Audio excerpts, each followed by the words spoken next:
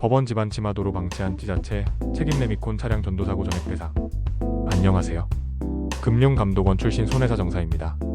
집중호우 위험 예견 가능했는데 통행 제한 미조치? 집중호우로 인한 집안 치마 위험이 반복적으로 제기된 농업용 도로를 지자체가 제대로 관리하지 않아 레미콘 차량이 전도된 사고와 관련해 법원이 도로관리청에 손해배상 책임을 전액 인정했다. 전주지방법원 군산지원은 레미콘 차량 소유 회사가 익산시를 상대로 제기한 손해배상 청구 소송에서 익산시의 영주물 관리상 하자를 인정하고 약 4,577만 원의 배상을 명령했다. 이번 판결은 농업용 도로라 하더라도 일반 차량 통행이 예상되는 경우 지자체의 관리 책임이 엄격히 인정될 수 있음을 보여준 사례로 평가된다. 농업용 도로 콘크리트 붕괴 차량 전도 사고는 2024년 9월 30일 오후 이 시간 발생했다. 원고 회사 소속 직원은 레미콘을 적재한 차량을 운행하던 중 익산시 왕곡면 동촌리 일대 농업용 도로를 지나가다 도로 콘크리트 포장 부분이 갑자기 무너지면서 차량이 도로 옆으로 전도되는 사고를 당했다. 해당 도로는 국어 옆에 조성된 농업용 도로로 집중호우 시도로 하부 토사가 유실돼 집안 치마 위험이 상존하는 구조였다. 사고 전에도 주민 신고 그러나 제한 조치는 해제 상태. 재판부는 사고 이전 정황을 중요하게 봤다.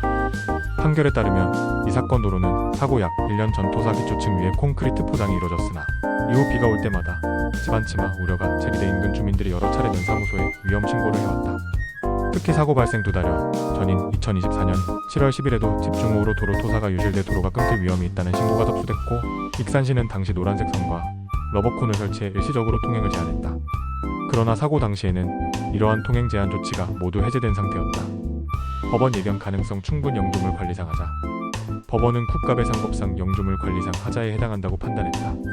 재판부는 도로관리청은 도로의 용도와 이용 상황을 고려해 통상 요구되는 안전성을 확보해야 할 의무가 있다며 익산시가 집안 치마 위험을 충분히 예견할 수 있었음에도 불구하고 도로 보수나 차량 중량 제한, 출입 통제 등 실질적인 방호 조치를 하지 않았다고 지적했다. 또한 이 도로는 폭과 형상상 일반 차량 통행이 가능한 구조였던 만큼 레미콘 차량과 같은 중량 차량의 진입 가능성도 충분히 예상할 수 있었다고 봤다. 운전자 과실 주장 배척 책임 제한도 불인정. 익산시는 해당 도로는 농업용 도로로 마을 주민 위주로 사용되었고 운전자가 도로 상태를 충분히 확인하지 않은 과실이 있다며 책임 제한을 주장했다. 그러나 법원은 이를 받아들이지 않았다. 재판부는 이 도로가 실제로 마을 진입로 역할을 해왔고 사고 전 외관상 집안 치마를 예견할 만한 명확한 징후도 없었다는 점을 들어 운전자에게 과실을 돌리기 어렵다고 판단했다. 결국 익산시의 책임을 제한할 사정은 없다고 봤다.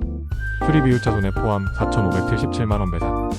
법원은 레미콘 차량 수리비 3,695만 원과 수리기간 동안의 휴차 손해 882만 원을 모두 인정해 익산시가 원고에게 총 4,577만 7,496원과 지연이자를 지급해야 한다고 판결했다.